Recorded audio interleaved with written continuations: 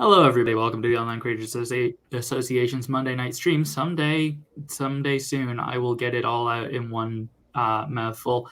We're going to be talking tonight about a Washington Post article that came out on Friday, I think. Yes. In which we were cited, which is cool. Very cool. Argot and I were just talking about how shitty media was 10 years ago, 15 years ago. But that's not important. That's just the headspace I'm coming in from. Totally different. What? Totally different conversation. Yeah. Do we have anything we want to get to before we jump into the article? Probably not. They seem to be still trying to roll out some new features, and the features keep coming, and then they roll them back, and then they show up again, and then they're gone again. So there's nothing exciting to talk about on that side of things until later. Kelly, no, I am not. If I were green screened on a photo of my own office, I would have cleaned the office before taking the photo. No, I just have a Luma key on my video, so it's cutting out everywhere that reaches close enough to black on myself. So that's why it looks like I am like see-through, and there's like a grid background behind me. Because I'm a nerd and I do unnecessary things with OBS. Oh, right. Also, I left the softbox on from when I was recording TikToks earlier, so I'm backlit. So that makes me look more separated from the background. I was noticing that too, that you look brighter today, which is entirely fine. Just different.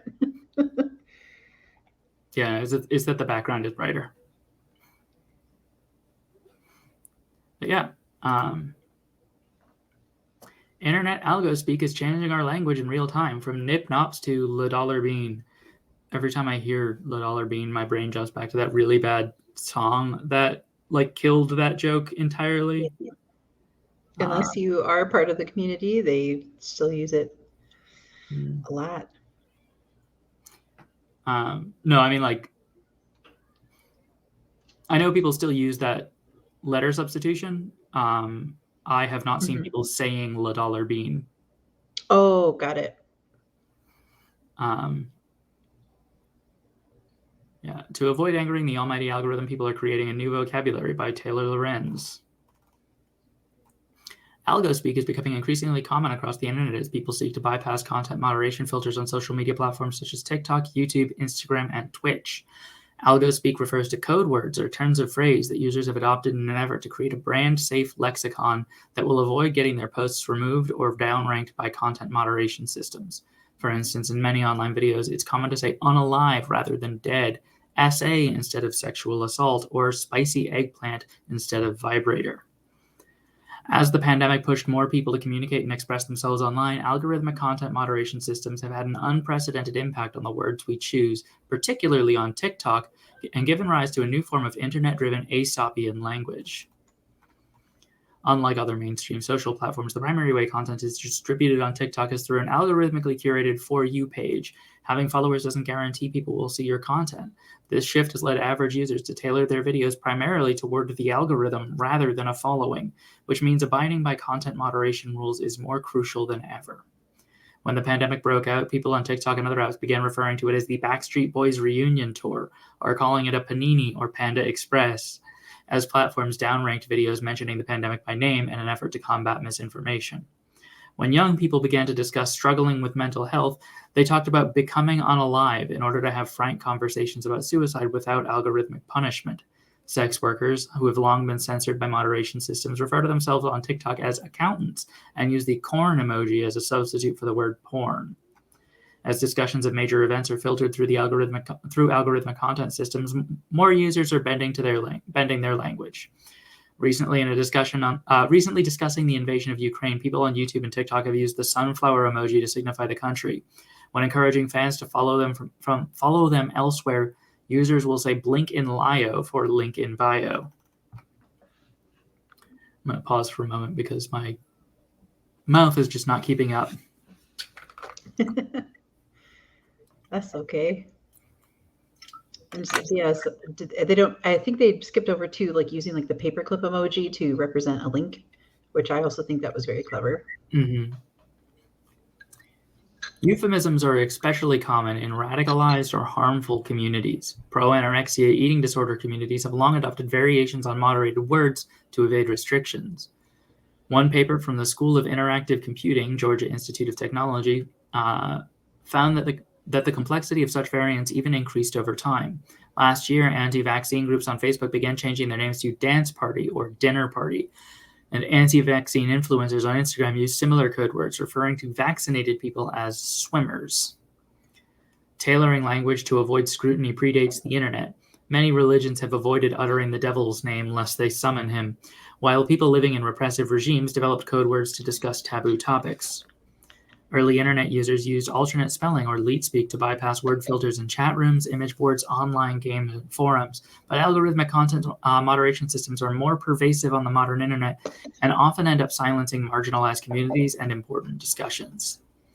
During YouTube's adpocalypse in 2017, when advertisers pulled their dollars from the platform over fears of unsafe content, LGBTQ creators spoke out about having videos demonetized for saying the word gay. Some began using the word less or substituting others to keep their content monetized. More recently, users on TikTok have started to say cornucopia rather than homophobia, or say they're members of the leg booty community to signify they're LGBTQ. There's a line we have to toe. It's an unending battle of saying something and trying to get the message across without directly saying it, said Sean Solzek van Valkenburg, a TikTok creator with over 1.2 million followers. It disproportionately affects LGBTQIA community and the BIPOC community because we're the people creating that verbiage and coming up with the colloquialisms. Conversations about women's health, pregnancy, and menstrual cycles on TikTok are also consistently downranked, says Catherine Cross, a 23-year-old content creator and founder of Anya Health, a startup offering umbilical cord blood banking. She replaces the words for sex, period, and vagina with other words or spells or spells them with symbols in the captions. Many users say nipnops rather than nipples. Mm-hmm. Other words or spells. It's okay. It makes me feel like I need a disclaimer because I feel like it makes you seem unprofessional to have these weirdly spelled words in your captions, especially for content that's supposed to be serious and medically inclined. Because algorithms are online, will often flag content mentioning certain words devoid of context. Some users avoid uttering them altogether simply because they have alternate meanings. You have to say saltines when you're literally talking about crackers now, said Lorena Arison, a community manager for Twitch creators. Twitch considers the word cracker a slur. Twitch and other platforms have gone so far as to remove certain emotes because people were using them to communicate certain words.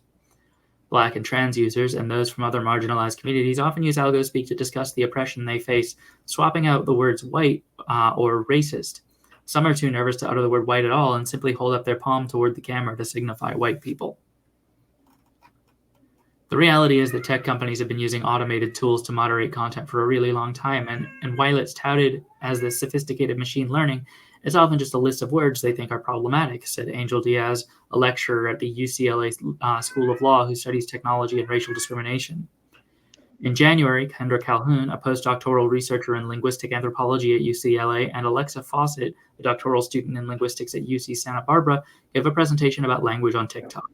They outlined how, by self-censoring words in the captions of TikToks, new algo-speak code words emerged.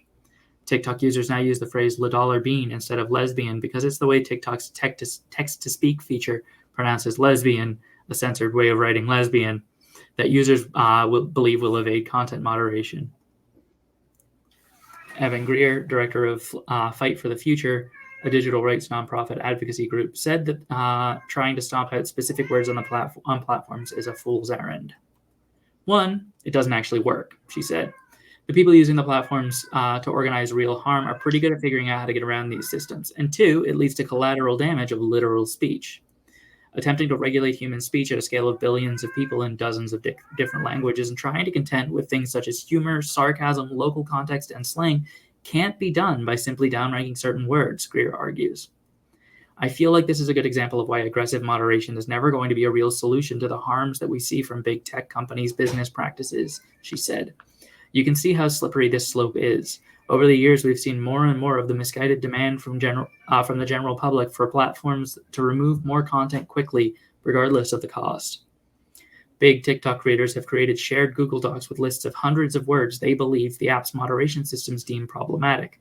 Other users keep a running tally of terms they believe have throttled certain videos, trying to reverse engineer the system.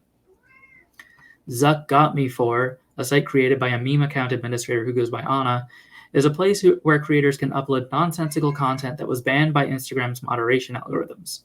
In a manifesto about her project, she wrote, "Creative freedom is one of the only silver linings in this flaming online hell we all exist in. As the algorithms tighten, its independent creators who suffer."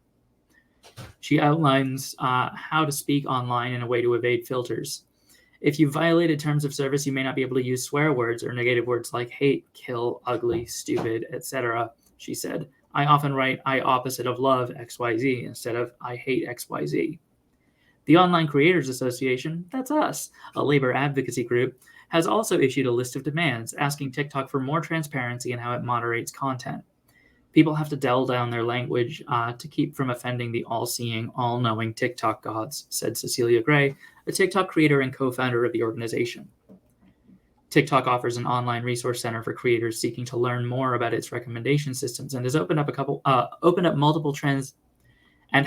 multiple transparency and accountability centers where guests can learn how the app's algorithm operates. Vince Lynch, chief executive of IV.ai, an AI platform for understanding language, said in some countries where the moderation is heavier, people end up constructing new dialects to communicate. It becomes actual sublanguages, he said. But as algospeak becomes more popular and replacement words morph into common slang, users are finding they're having to get ever more creative to evade the filters. It turns into a game of whack-a-mole, says Gretchen McCullough, a linguist and author of Because the Internet, a book about how the internet has shaped language. As the platform started noticing people saying segs instead of sex, for instance, some users report they believe even replacement words are being flagged. We end up creating new ways of speaking to avoid this kind of moderation, said Diaz of the UCLA School of Law, then end up embracing some of these words and they become common vernacular. It's all born out of this effort to resist moderation. This doesn't mean that all efforts to stamp out bad behavior, harassment, abuse, and misinformation are fruitless, but Greer argues that it's the root issues that need to be prioritized. Aggressive moderation is never going to be a real solution to the harms that we see from big tech companies' business practices, she said. That's a task for policymakers and for building better things, better tools, better protocols, and better platforms. Ultimately, she added, you'll never be able to sanitize the internet.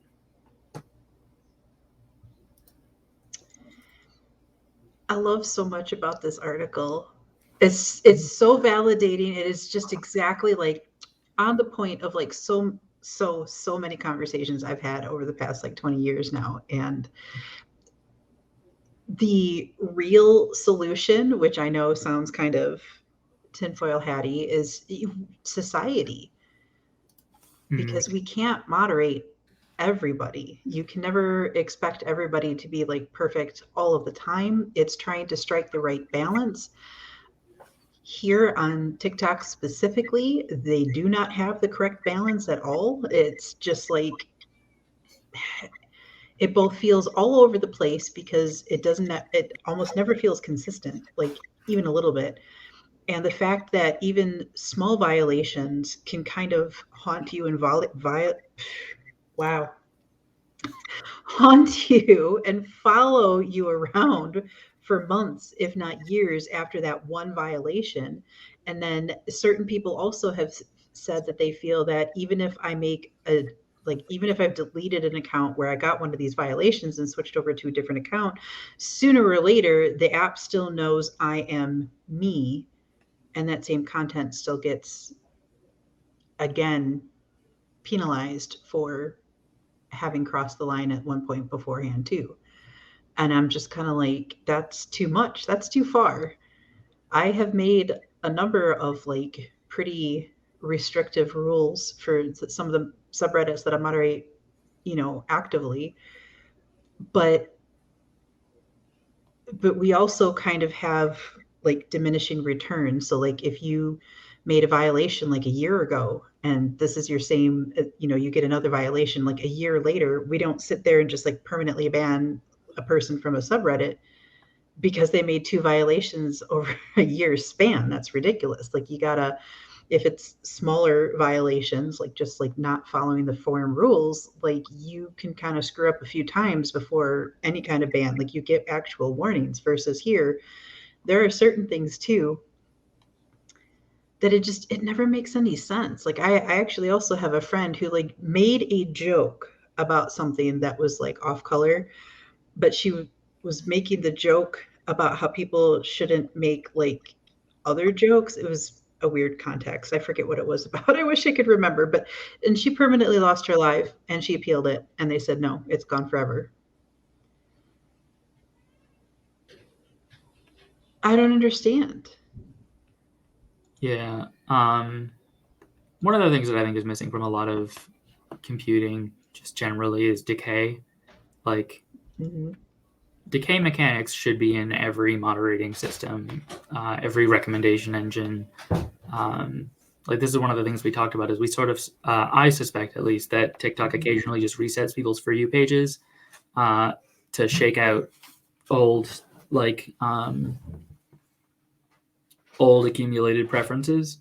And what should definitely be happening is just the tags that they've associated with you with, like, should decay in their significance and be refreshed when you interact with those tags again. So that if you stop interacting with a kind of tag or stop interacting with it nearly as frequently, you can't keep it up to the same level, and it will eventually fade out of your interest, which would make things that you used to be into go away from your algorithm, which is something that doesn't happen on any algorithm I know of. But this also reminded me of a blog post from 2014 on Charles Strauss's blog. We Need a Pony and the Moon on a Stick by Next Thursday, about the U.S. Secret Service issuing a requirement that for software that can detect sarcasm in tweets.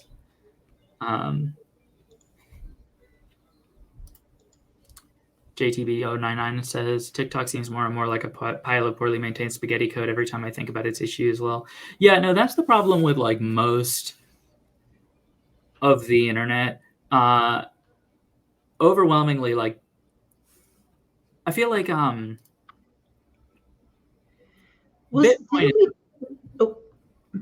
is a really good example of this, actually. Like, I mean, it's true of everything online and everything in computing, but Bitcoin was originally designed as like a proof of concept, just like a slapdash effort to demonstrate that, like, hypothetically a blockchain technology was possible. And then it became the dominant cryptocurrency. And now, like, and like, people tried to do real transactions in a cryptocurrency that doesn't work for any of the things it was set up to, like the original manifesto that like laid out the spec for Bitcoin had all of these things that it said that cryptocurrency was supposed to be able to do. Bitcoin doesn't actually do any of those things. It just proves that you can make a blockchain.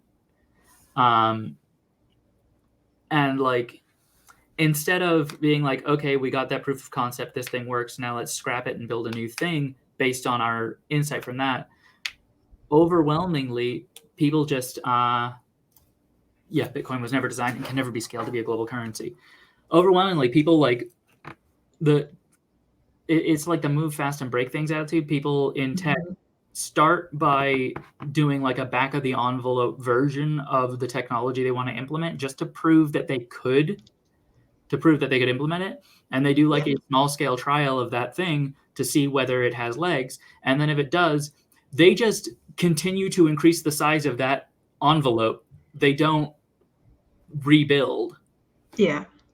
Like, which is why YouTube doesn't have mechanisms to set up multiple people with like different levels of permissions to the account. You have to either not let somebody on your you can authorize somebody to moderate comments on your YouTube account, and you can authorize them to have access to the entire company's whole Google account. And there are no steps in between. There's no mechanism to give somebody permission to upload a video on a YouTube account, but not give them permission to delete that YouTube account permanently.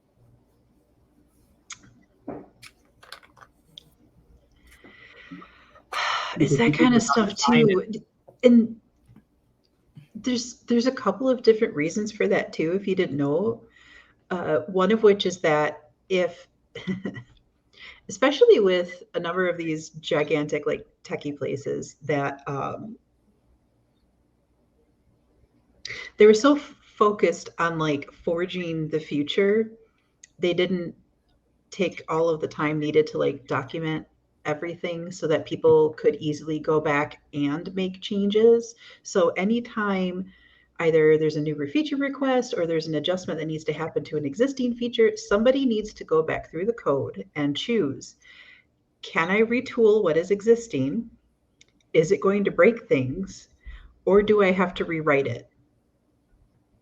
Yeah, like all of which is ridiculous because it can take so much time. And like, but thankfully in YouTube's case, because they are just the one group, and you know, like again, it's all like in the one category. I would say it's not the right word, but you know, because they were all working on YouTube for YouTube by YouTube, and you know, there were the people who owned it originally, and then they were bought out by Google. But the other thing that comes to mind for me with TikTok, and again, I'm not making excuses for them, but we counted what, 4 apps that had kind of been bought out and coded over and rebranded into what we see now.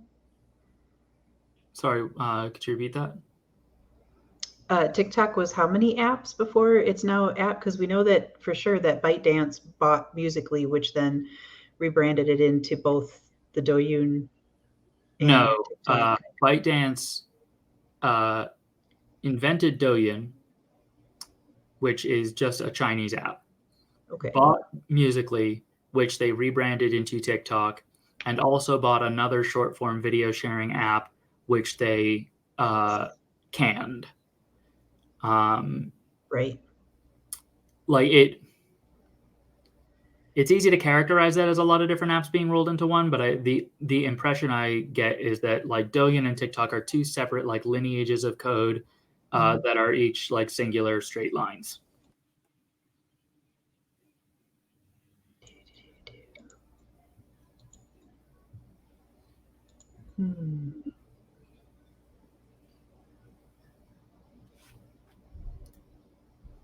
JTV says Amazon for the longest time just let anyone who asked have access to all their user data internally, quote, because slowing them down slows innovation. Yeah, that sounds like Bezos. That I'm not surprised. But yeah, it's like the standard doublethink of techno-utopianism that like simultaneously the thing I'm doing has no consequences and is a trivial exercise of zero significance, and so I don't need to put any care or thought into what I'm doing because it's always just an experiment that is building towards a better thing that will be made later. And also everything I'm doing all the time is going to specifically save the world. This exact implementation, it will change everything and nothing will be the same after I make this. And like tech bros just believe whichever one is necessary to minimize the amount of work they have to do at any given moment. It's an experiment when the question is, does this need to be thoughtfully made? It's complete when the question is, do we need to go make a thoughtful version? Yeah.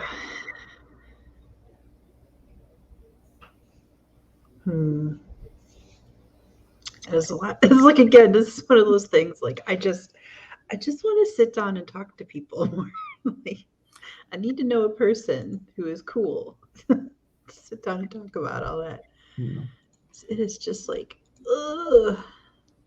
There's so many elements that we can only really kind of guess at, and that drives me crazy. But yeah, there's a concept called technical debt that pretty much is what we're talking about right now, which is the like over time apps, like platforms will invest their money into things other than the tech because they need to grow, because they need to build their user base, because they need to provide new features. And so they don't go and do tech maintenance because that would cost resources that they want to spend elsewhere. And so they accumulate this backlog of things that need to have been fixed. And eventually you get to a place where like I would argue that like platforms hit a point of like tech bankruptcy where they cease to be able to continue to grow because of the limitations. Like, I honestly think the reason that YouTube hasn't been able to supplant Netflix is the fact that they have a broken website.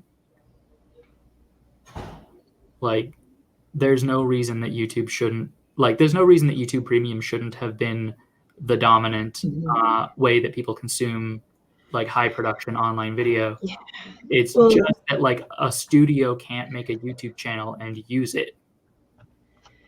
So one of the big reasons for that too, though, like just straight up, YouTube is still considered more to be like more of a social media app that has videos, versus Netflix said, we're getting rid of the social media part and we're going to stick with the movies. Netflix never had a social media component. Netflix was originally They had comments.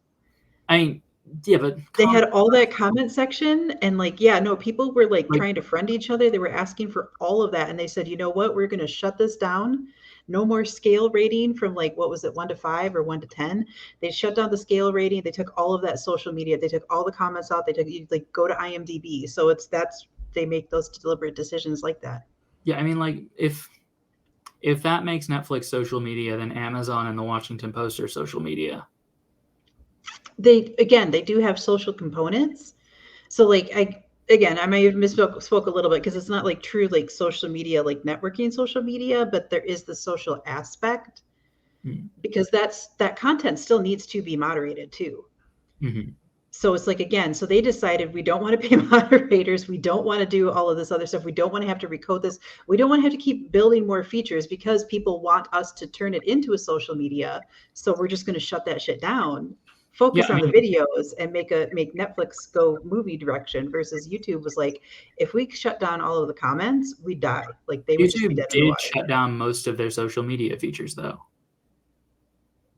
You used to be able to do video replies on YouTube. You used to be able to friend people. You used to be able to send people videos.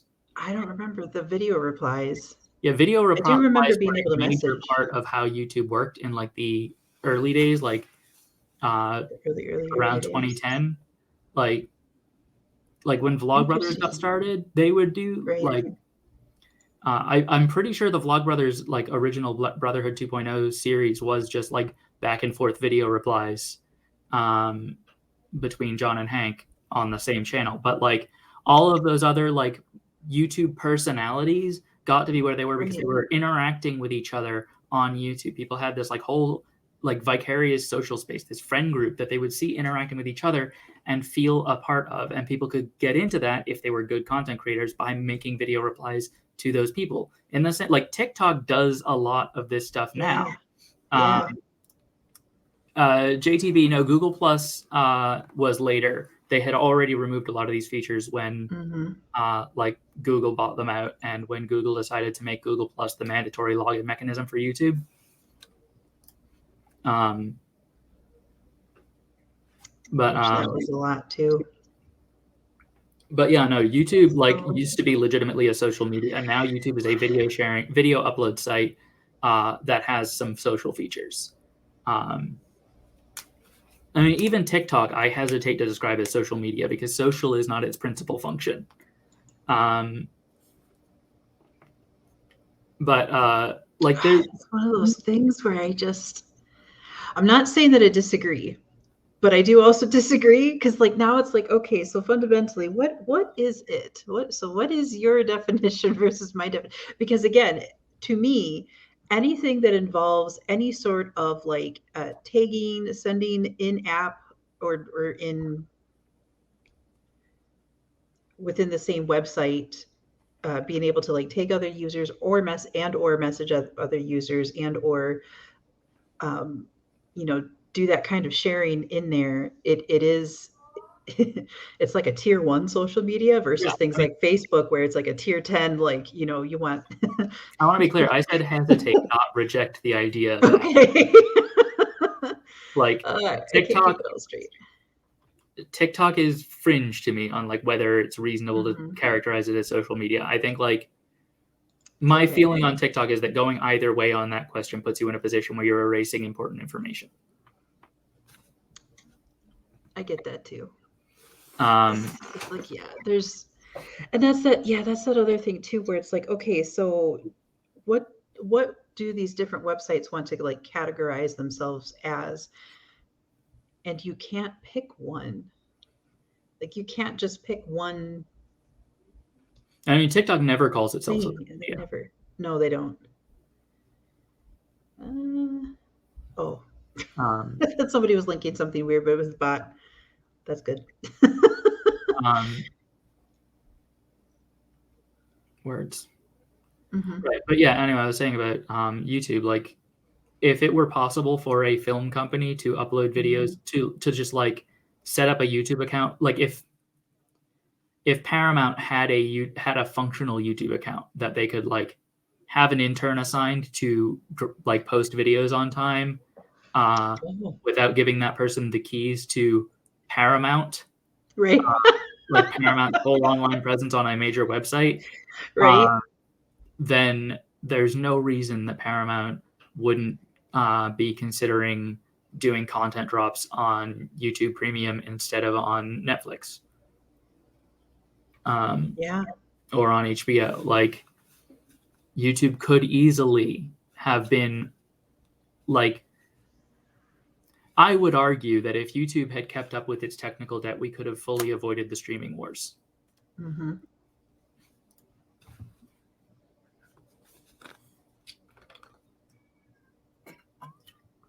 Which, like, not to say that YouTube having a monopoly over video on the internet is a good thing, but like, Right. there only being one website to subscribe to would be a good thing. And like, yeah, and now we're at that point again too, where because like there's nothing inherently wrong with all these different places trying to create.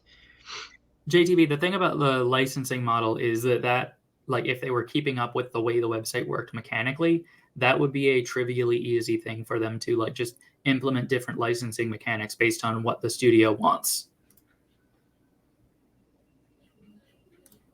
Yeah, like I mean, what you're saying is true, but like YouTube also has lawyers. Those lawyers could have been working with the platforms at the same time that Netflix's lawyers were working with studios, at the same time that HBO's lawyers were working with like or HBO Max's lawyers were.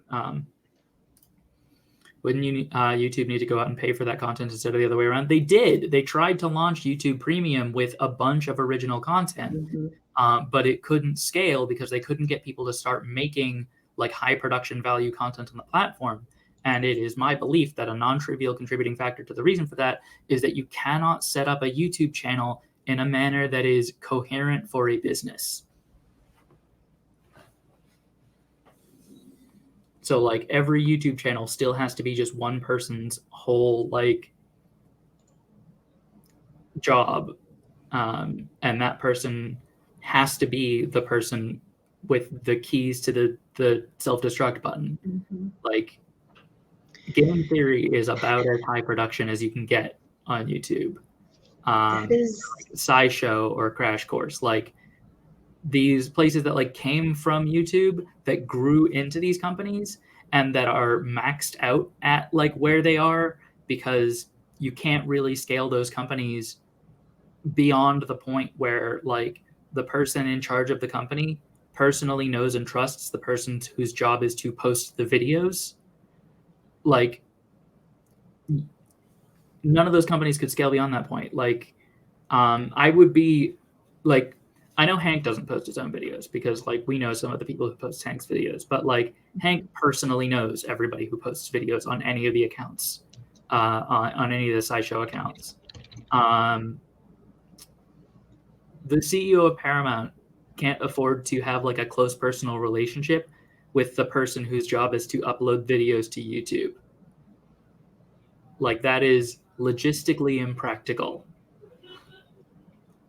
And it would be, and like like imagine Disney, like there's just this one guy at Disney who like his personal opinions and beliefs are all that is stopping Disney from uploading porn to the Disney Channel account.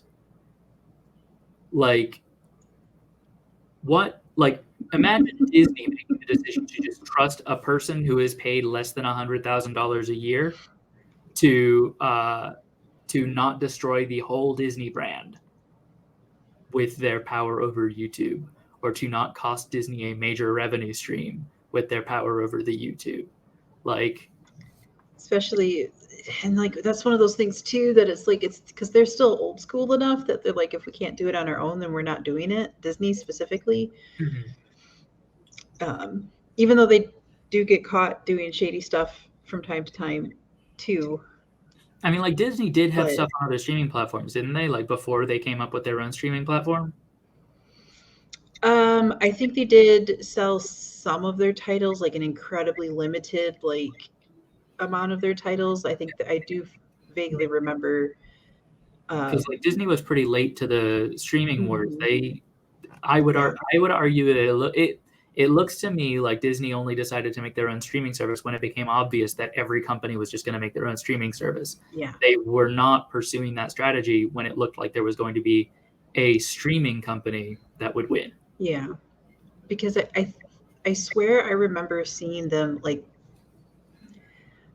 I'm going to use the word partner for the sake of clarity, even though I don't, that's not the right word. I'm sure they would never call it a partnership because they're like, we're a Disney. But so they had some sort of kind of partnershipy type licensing out to a couple of different online streaming platforms. And I think that they did that so that they could start getting some of those metrics of how many people would actually pay to switch platforms and all of that good stuff. Because I swear some of the lesser known Disney stuff actually wasn't I'll come back to that.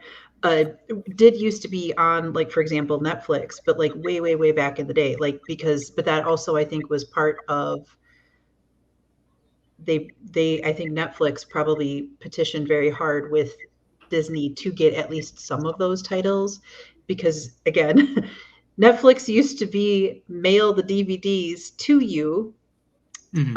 and then you would mail them back. And they made the transition from physical copies of movies to digital copies of movies and television and all that good stuff too. Which like that's another one of those weird things. Can you imagine Disney taking the mail order?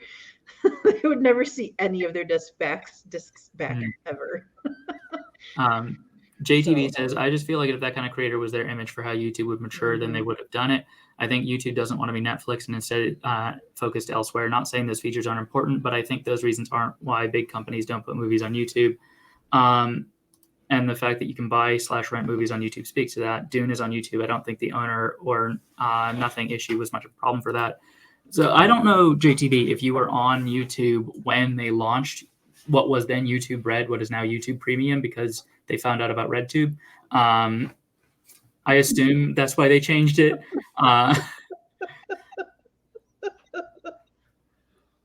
Um, among other things, yeah. but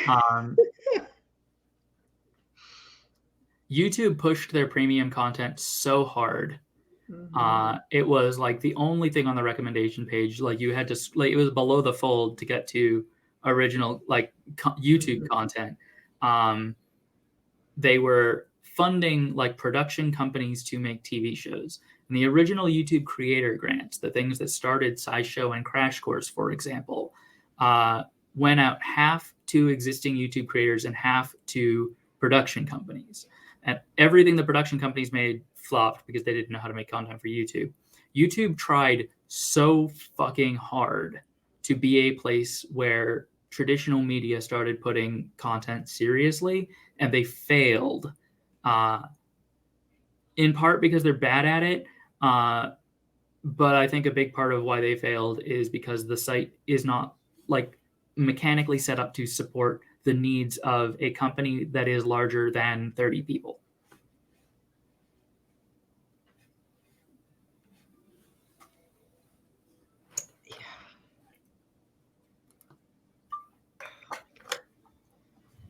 I have a lot of feelings about YouTube. Yeah.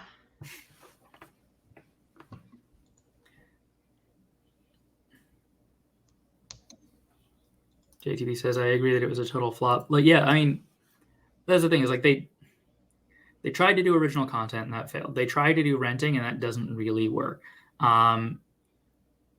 When they originally launched video or like movies, like now they've finally built a mechanism where like YouTube, like movies can be uploaded to YouTube just as like YouTube properties that you can rent with a whole separate mechanic than watching a channel.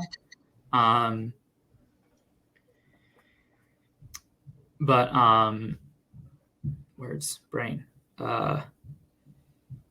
When it launched, any given movie that anybody wanted to post, any given YouTube Red content, any given YouTube Premium content, had to go onto a specific existing channel.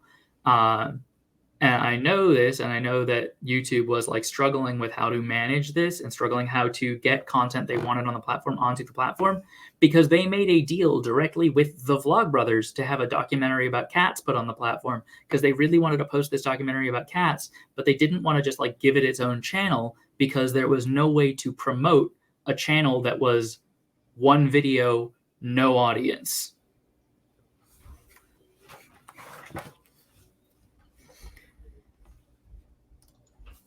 YouTube's whole Red deal was strange to me. Like they wanted a Stranger Things come out of it. Yeah, that's exactly what they wanted. They wanted to be a place where prestige television could happen. But like they don't have a platform that can sustain that because they built for like individual users, whereas Netflix built for being a single company that is in full control over every video that goes on the website. So you don't ever have to worry about like whether like Paramount doesn't have a Netflix account. I mean, I'm sure people at Paramount have Netflix accounts, but like Paramount doesn't have a back-end UI account with Netflix. That is how Paramount posts videos to Netflix. Paramount just makes a deal with Netflix and gives them the video, and Netflix puts it on the website. And YouTube has never been built to support that. YouTube has never had a mechanism by which they could just like put something into the recommendation system that is not associated with an existing and already succeeding account. And this is because YouTube was like thrown together in like 2007 and only ever patched and never rebuilt to structure it for what it was becoming. 2005. What? 2005. 5. Thank you. Yeah. Again, that's like old. That's why the login thing is like one person, because they thought they were like your set of username, password, your credentials for this website. It's like the lock and key to your own personal home. Yeah, if you're not ready to punch that person in the face, don't give them the keys to your home. The philosophy is right there in the name. It's YouTube. So yeah, no, they never really expected. And like because I do binge with Babish so much, it's like they never expected like Food Network style shows to be produced on their platform by all of these home chefs. Like they never thought anything like that at all, not even a little bit. Mm-hmm. I still remember the first time, and again, Jenna Marbles was the first like major like personality that was just like so famous because of her content on YouTube. And I just like, I still remember the first time there was like somebody came up to me like, have you seen this lady going off about her makeup and about what it says about her? And I'm like, what the hell are you talking about? And they're like, it's YouTube. I'm like, what is a YouTube? That was my whole first experience. And I was just like, what is this? And I was like, okay, cool. I want to watch what she's doing. And then eventually I came across, I don't even remember anymore. I used to watch another YouTuber that is no longer like, they're not around anymore. It's been so far removed. Like, I don't even remember their name, but like, oh God. Because that's just right when Reddit was like starting to become cool too. And it's like at that time also, this was the other way for you, the person on this side of the computer, to show your loyalty to a website was even giving them the honor of you creating a username and password for their website. Everybody just wanted to be able to come to the website. And eventually, if they warmed up to the idea of creating login information like paywalls, they could never back in that day. Absolutely not. except for porn.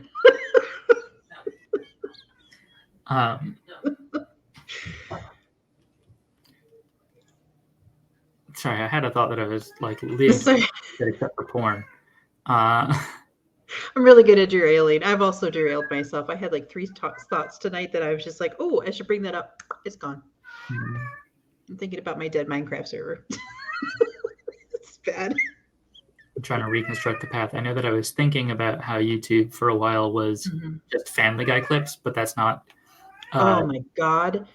There's no particular utility in this conversation of bringing up that fact. I remember what I was going to say. This morning, like, just to talk about like how YouTube is still unprepared to be a big deal, in terms of like I mean, YouTube is an extremely big deal. It is easily the biggest deal in video, but like in terms of like traditional media, I watched Train to Busan on YouTube this morning, and it is uploaded as free with ads. And I have YouTube Premium, so I don't get ads.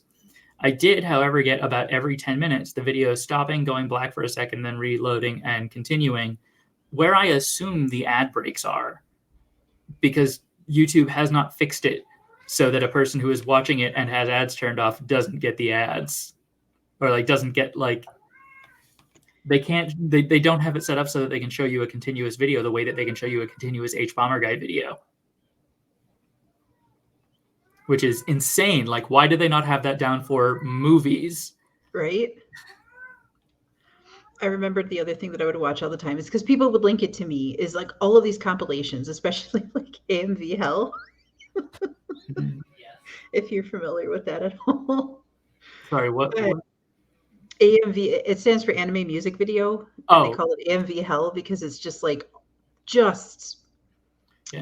Gen Z before we knew Gen Z was on its way. The extent of my exposure to AMVs was going to the AMV award show at Anime Boston once. They were cool. Some people did really impressive things with combinations of music and clips from anime. I have no further interest in the genre. But now we're on TikTok, so it's not AMV Hell, but it's that same kind of, anyway. At least with some of them, because again, I do still follow a lot of like cosplay accounts and stuff like that. The move away from premium is strange to me. I love premium, but why don't they focus on bringing in people to premium anymore and build the platform for features like that for those users? Because the only feature anyone cares about with premium is not having ads, and like enough people are willing to pay for that. And like the only thing that they need to do to get more people to sign up for YouTube Premium, now that YouTube is overwhelmingly the most dominant place where almost all video gets put on the internet, the only thing they have to do to get people to move into Premium is continue to let the ads be annoying and let them become gradually more annoying and drive more and more people into Premium to get away from the fucking ads. I literally, like, if I accidentally open a YouTube video in the wrong browser and an ad starts playing, I close it. I don't watch that video because like most of the time it's not worth the effort of like going to get like set it up so that like the link will open into the right Chrome window where I'm logged into Google.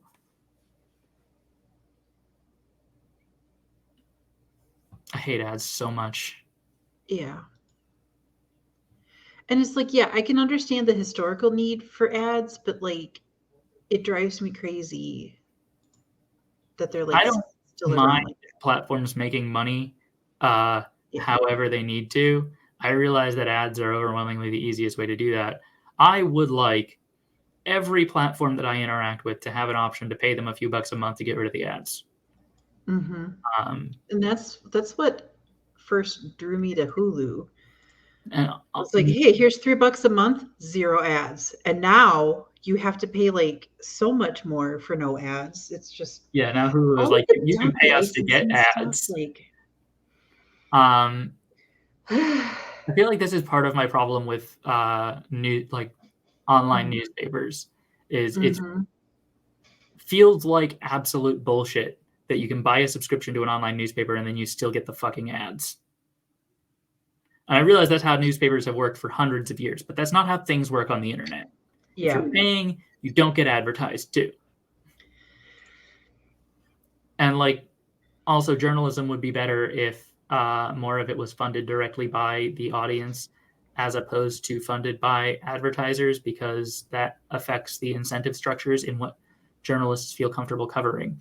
And not to say that the incentive structure of pleasing the audience is a dramatically better, or is like without problem, without reason to like bias your reporting, but it is a less shitty bias than pleasing the advertisers.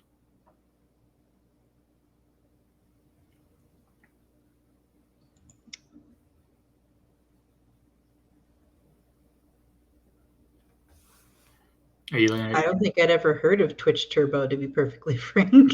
I have heard of it. I have not looked into it. I do hate the ads on Twitch more than most places, because it's so annoying to go to somebody's live, drop a wave emoji, have them say, "Oh, hey, TX," and then an ad starts, and then I don't hear them greeting me. I know. Oh my God. I joined somebody else's stream the other day for the first time. JT, how And much is it? I remembered I remembered not to say hello right away. And then they had a whole bunch of extra verification because I said hello after the ad, and then the ad, or I tried to, and then it like made me verify my everything, which it was worth it. But I didn't know what that was. Mm. And it kind of freaked me out. But they had all of their settings set up like really strict, understandably, because apparently they had been dealing with some raids recently. I'm like, all right, got it.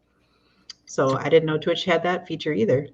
To bring it back to TikTok, I just remembered somebody recently telling me, and I can't remember who, but they have started just closing TikTok every time they see an ad, because the way they see it, like, it's a win-win situation. Either on the one hand, it helps them limit their TikTok use, so they don't wind up losing whole like afternoons to scrolling TikTok, because there's a natural leave point.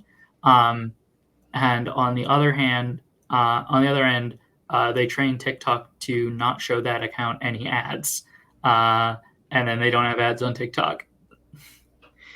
If I find the For You page is giving me too many ads, I go to following. I have never seen an ad on following. Yeah, I don't think they advertise on following. They will eventually, but I'm sure. Let's not put that into the universe, though. Like, revoked. Thank you, JTB. It's $8.99 a month. $8.99 a month. Yeah. And the host still gets the money for an ad that will run. That's good. That's important. Because that's like the thing I like about YouTube Premium, is that the hosts get the money. Although the math by which content creators get money for YouTube Premium subscriptions on YouTube is weird and complicated in a way that means that like people you watch a lot don't necessarily get a proportionate share of your money because you watch them a lot, if they are not more broadly watched a lot, which I don't know why they don't just keep track of what video, like minutes you watched per account, and divide your money among those accounts.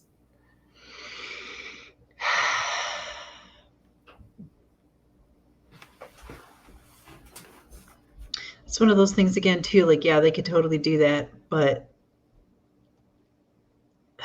they'd probably go by fully watched video rather than trying to log precisely how many minutes or seconds. No, it's that all of the money is put together into a pool where so like if I recall correctly, and it was confusing, and I learned this years ago, so maybe misremembering details, but this should at least communicate something of the appropriate outrage level.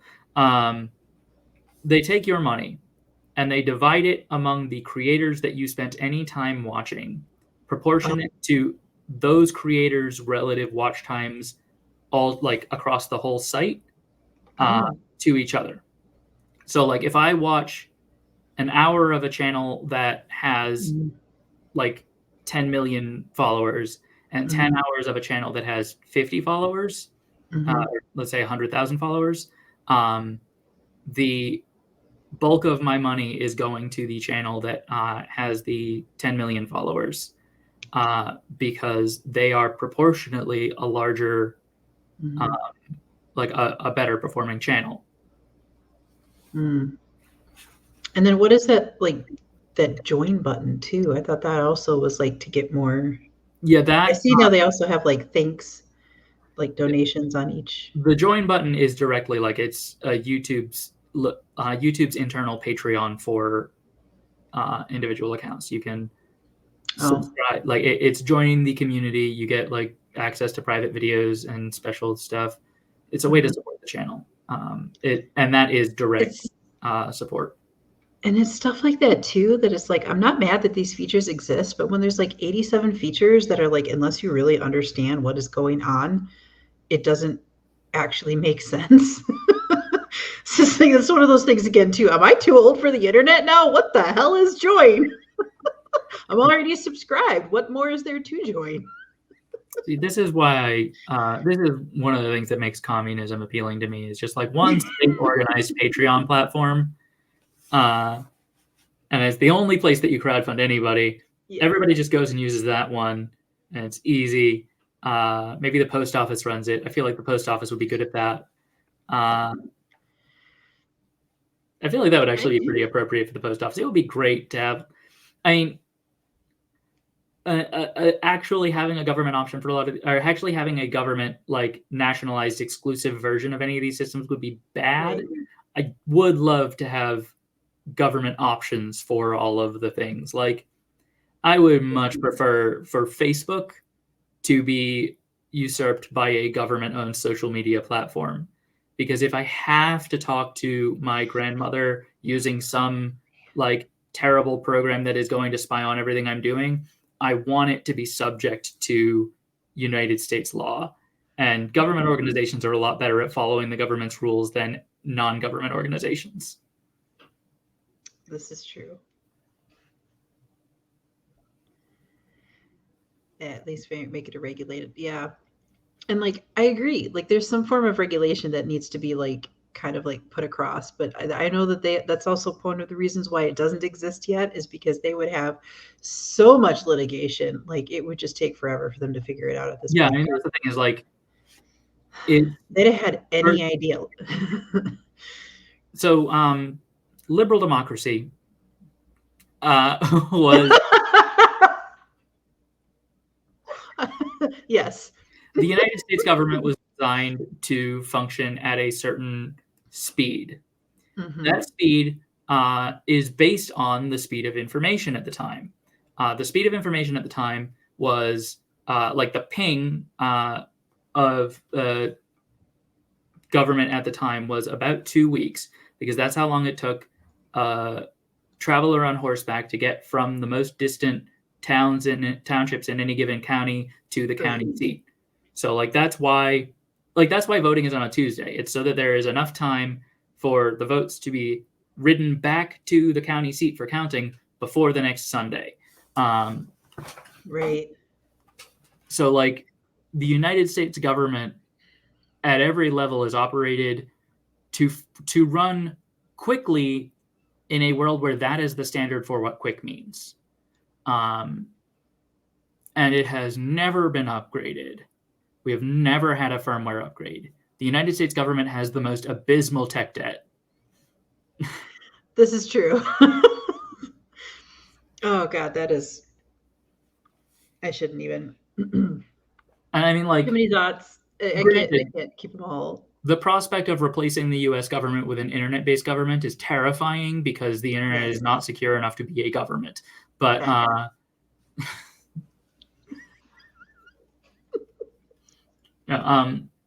whenever I think about making more governmental functions electronic, the first thing that's always in my head, and this is a leap that is like wildly difficult to communicate to anybody else, is that like the Pentagon and the FBI should be developing a fully independent and non-compatible network for government operations that does not interface with the like regular internet, because the thing that senators use to vote should not be something that somebody like on their home computer in Oklahoma should be able to even like conceivably hack into. Yeah. Like, there should not be any coherent, like, there should not be any possibility that a vote gets routed from one part of Congress through the Wi-Fi at a McDonald's down the road into another part of Congress, which is like an unlikely thing, but could happen the way the internet works. That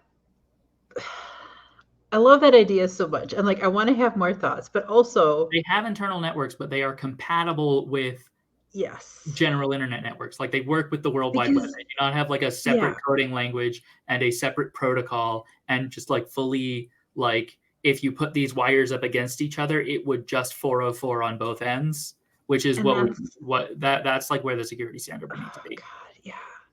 Yeah, because at this point too, they're not going to want to put in a second system parallel to the original, to because they're Mhm. cheap.